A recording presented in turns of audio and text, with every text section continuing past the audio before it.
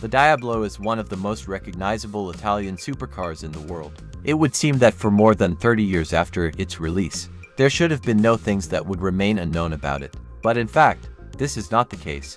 We present you interesting facts about Lamborghini Diablo that you might not have known about. The model was named after a bull killed during a bullfight in 1869. Diablo is the first to return the SV name. In this model, the Super Veloce version meant a return to rear-wheel drive after the release of the all-wheel drive Diablo VT, as well as an increase in power from 485 to 510 horsepower. The latter, in turn, meant that you risked getting into someone's yard uninvited, overclocking on the road.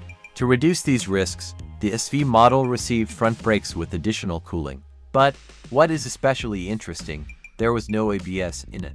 The Diablo didn't have ABS until 1999, and power steering until 1993.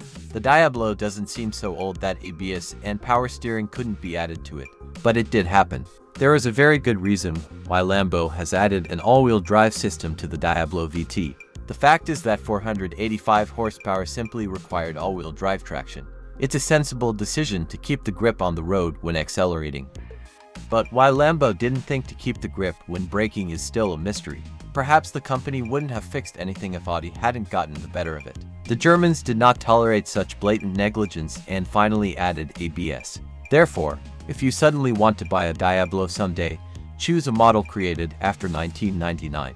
A rally racer helped with the development of Diablo, and not some kind of rally driver, but one of the best, Sandro Munari, winner of the 1977 World Rally Championship. After the achievement, Munari decided to use his knowledge and skills further in order to eventually have a hand in creating the very machine that all teenagers of the 90s dreamed of. The Diablo engine cover shows how the V12 works, and it was a really handy thing at a time when things from the DIY category were flourishing. It allowed us to figure out how to approach this humming thing, which was assembled somewhere in the basement on the next street. But specifying the order of engine operation on the greatest V12 of all time puts you in a bit of a stupor. But after a little thought, you realize that this is an ingenious marketing solution. Judge for yourself what you will remember more: some kind of regular V12 badge, which you have already seen dozens of, or the schedule of all 12 cylinders. Diablo was the best car in the original Need for Speed game. If you played the very first Need for Speed, then you couldn't help but love the jet black Diablo VT.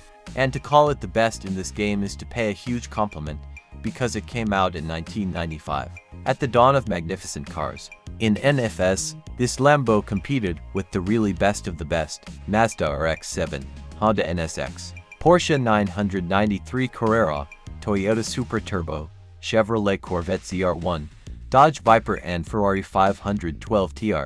The Diablo had an optional Breguet watch on the dashboard from Breguet. Breguet is a brand of Swiss luxury watches. Strangely enough, it didn't even look out of place. Don't laugh. Just imagine something in between the oldest watch and the one your grandfather wore on his wrist. About 10 such watches were created for the new Diablo, and only 50 buyers agreed to pay extra for them. Today it is such a rare beast that the image of the watch itself is not even in the collection of photographs of Diablo from Lamborghini itself. And yes, as befits a real mechanical watch, created in a country that understands them like no other, all Diablo watches were made by hand. The all-wheel drive system came to the Diablo VT from the LMO02. The LMO02 is an SUV that everyone likes, not thanks but despite. This is a model that abandoned its mission to become a military vehicle and became an ultra-luxury off-road Lambo with huge fuel consumption to match the V12's power reserve in the Countach. The LMO02 had a huge fuel tank of almost 170 liters, and some of its versions were even equipped with a 7-liter V12 from a motorboat, especially for those who need the most thrills. This SUV gave its all-wheel drive system to the Diablo VT, which, based on its name, used a viscous coupling to transfer up to 25% of the power to the front wheels. Naturally, the system was seriously redesigned to move it from an SUV to a low-end supercar, but its main features remained unchanged. Therefore, anyone who was looking for the thrust of the huge LMO02 in VT would definitely find it. Created in 1996, the SVR version became the first Lamborghini car designed for auto racing in the GT class. This version participated in the Philippe Chariot Super Sport Trophy. In 1997, it was replaced by the Diablo GT1, whose main competitor was the Porsche GT1. Only two such cars were built. In the entire history of Lambo, 900 Diablo models have been sold. Obviously, this record did not last too long, and was soon beaten by Murcielago, who replaced him. But we must not lose sight of something important. The Diablo is a supercar created in a company with huge problems, which constantly changed hands between Americans, Indonesians and Germans, and yet he was able to achieve incredible heights to save the company from oblivion and surpass in sales all the Lambo models that came before it.